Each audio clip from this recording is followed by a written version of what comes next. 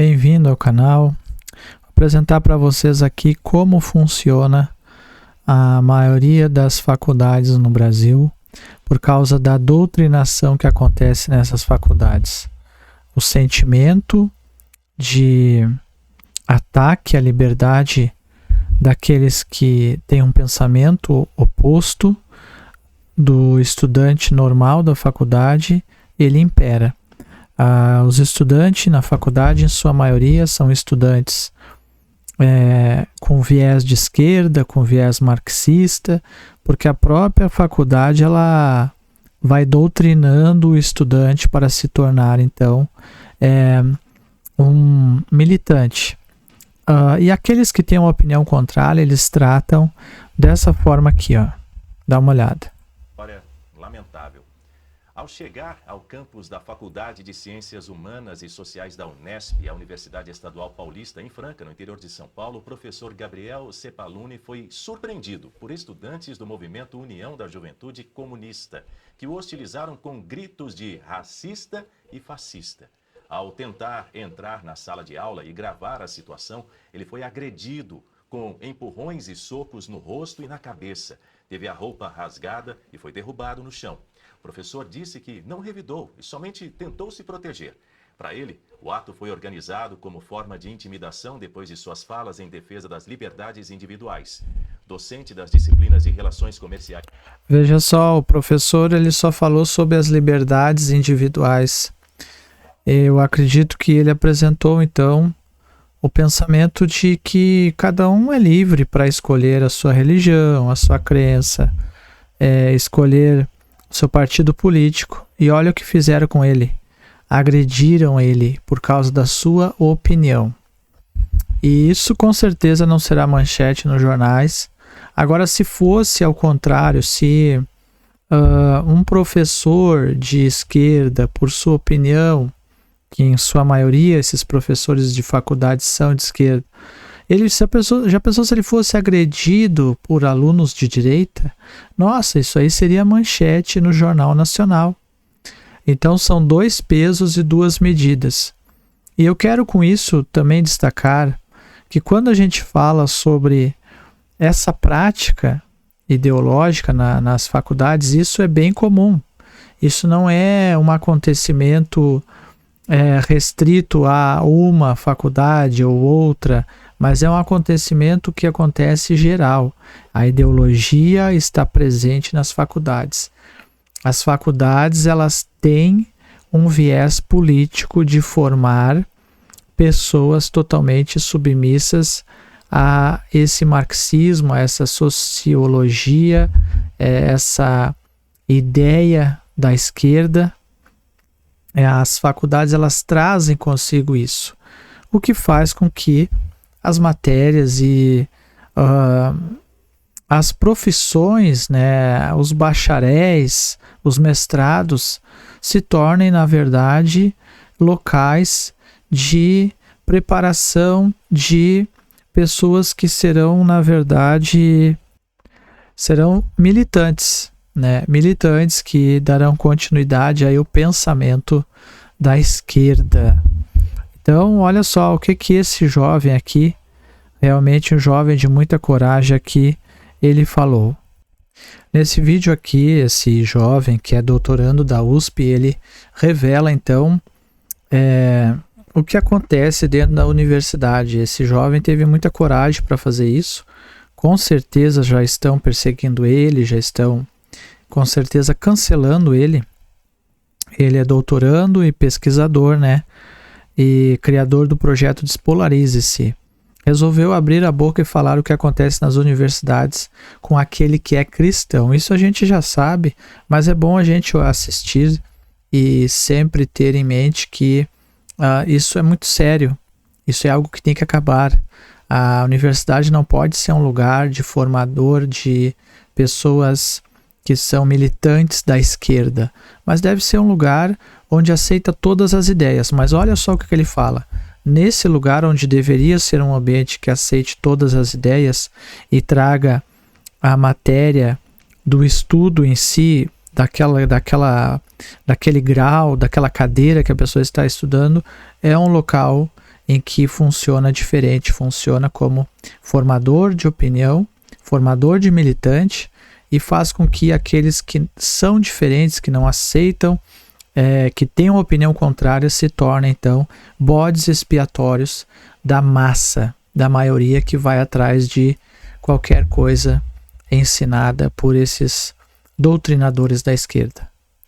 Entra na universidade e logo aprende que o cristianismo é o grande vilão, responsável pela colonização, pela morte dos indígenas, pela intolerância contra as religiões de matriz africana, pela repressão à sexualidade. Aquela experiência de fé bonita, íntima, que te move, vira motivo de constrangimento no espaço acadêmico, como se você estivesse do lado errado da história, como se você tivesse que pagar pelos erros de outros cristãos ao longo da história. Se você for identificado como crente, pode ser deixado de lado nas monitorias, ser ignorado nos grupos de pesquisa, ou pior, virar motivo de piada nas rodas onde o discurso do respeito vale para todo mundo, menos para o cristão. Se você for negro e cristão, então, será taxado como alienado e colonizado. A verdade é que o ambiente acadêmico se tornou, sim, hostil à fé cristã, não por decreto, mas por desprezo. As pesquisas sobre cristianismo são sempre para falar mal dele. Quando se fala de católicos, é para falar como eles colonizaram e destruíram os povos originários. Quando é para falar de evangélico, é como eles estão destruindo a democracia brasileira. É sempre falando mal.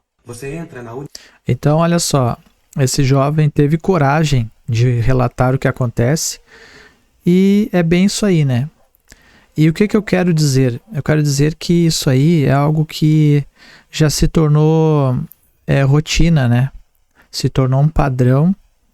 Isso foi preparado por muitos e muitos anos pela esquerda. Ela veio com essa doutrina desde Antônio Gramsci, que era um filósofo e foi um idealizador aqui no Brasil de muitos projetos da esquerda, e com essa ideologia de que não seria pelas armas que eles conquistariam o poder, mas seria entrando e se filtrando nas instituições públicas, escola, né, concursos estatais, e assim eles fizeram com grande maestria.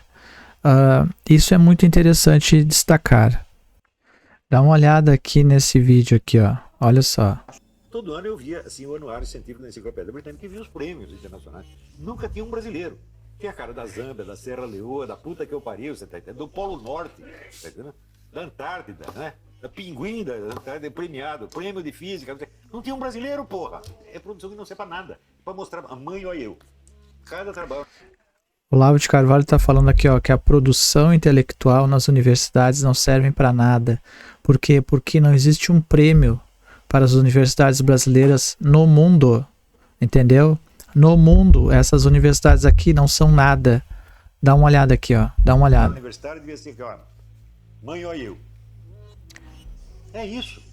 Agora, se a gente olhar para dentro da área de humanas, as sub-áreas das humanas, então a gente pode ver um ranking, por exemplo, sociologia. 43 de 46. Olha só, de 46 países, o Brasil está nesse ranking aqui, ó, na matéria sociologia, tá? É impressionante. Dentre os países que publicaram pelo menos 100 trabalhos de sociologia, o Brasil tem 43 de 46. Olha isso. Olha aí, o Brasil tem linguística. 20º de 22 países. Nossa, mas olha só isso aí. 37º de 42. Antropologia 42. Olha só, que coisa. Que coisa terrível. Olha isso aí, ó. Olha isso aí, ó. Que é 53 de 54, ou seja, penúltimo lugar do mundo. Olha isso aí. Eu trabalhei numa editora universitária como editor. Então o que eu quero dizer é o seguinte, olha o nível das universidades, né, no Brasil. Olha o nível. E é o que se constata vendo como eles são. Eles são como pessoas totalmente preparadas para um tipo de manipulação, em massa, não para formar cidadãos pensantes, cidadãos intelectuais, mas para formar militantes. Então a militância, a faculdade está formando militantes e não realmente profissionais nas mais diversas áreas. Hoje é melhor você, que quem sabe não tem muitas condições e está pensando em fazer uma faculdade, é melhor você partir para um técnico que ocupará menos tempo, gastará menos dinheiro, mas você aprenderá realmente uma profissão, do que você ir para uma faculdade aí presencial e, se você não seguir a cartilha deles, você ser excluído. E você que está nessa batalha, que você possa se manter firme na sua posição e não aceitar ser manipulado, mas sempre buscar a sua liberdade de opinião e sempre olhar para a faculdade a nível profissional e capacitador, e não seguir esse nível aí de manipulação e militância que acontece nas faculdades, ok? Temos aqui também outro dado sobre Brasil versus Portugal aqui, nesse quesito aí de conhecimento. Vamos dar uma olhada aqui. Olha só. Nossa língua é o português. O português é uma língua que ninguém lê, então tá bom. Então eu vou comparar o Brasil com Portugal. E aí eu verifiquei que em quase todas as áreas, tá aqui, ó. Isso aqui é o rank score.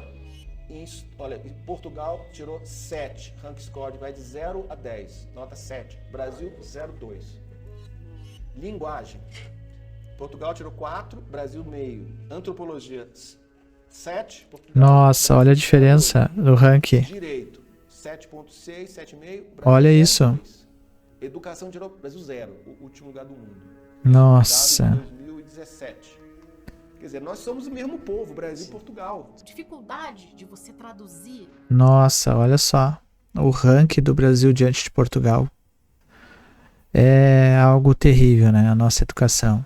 Então, esse foi o vídeo. Espero que você tenha gostado. Curta, comente, compartilhe. E se inscreva no canal. Eu peço também que você possa interagir comentando aí, falando um pouco sobre o que você acha da educação no Brasil, a situação que está e o que poderia melhorar. Um abraço e até o próximo vídeo, se Deus assim nos permitir. Tchau.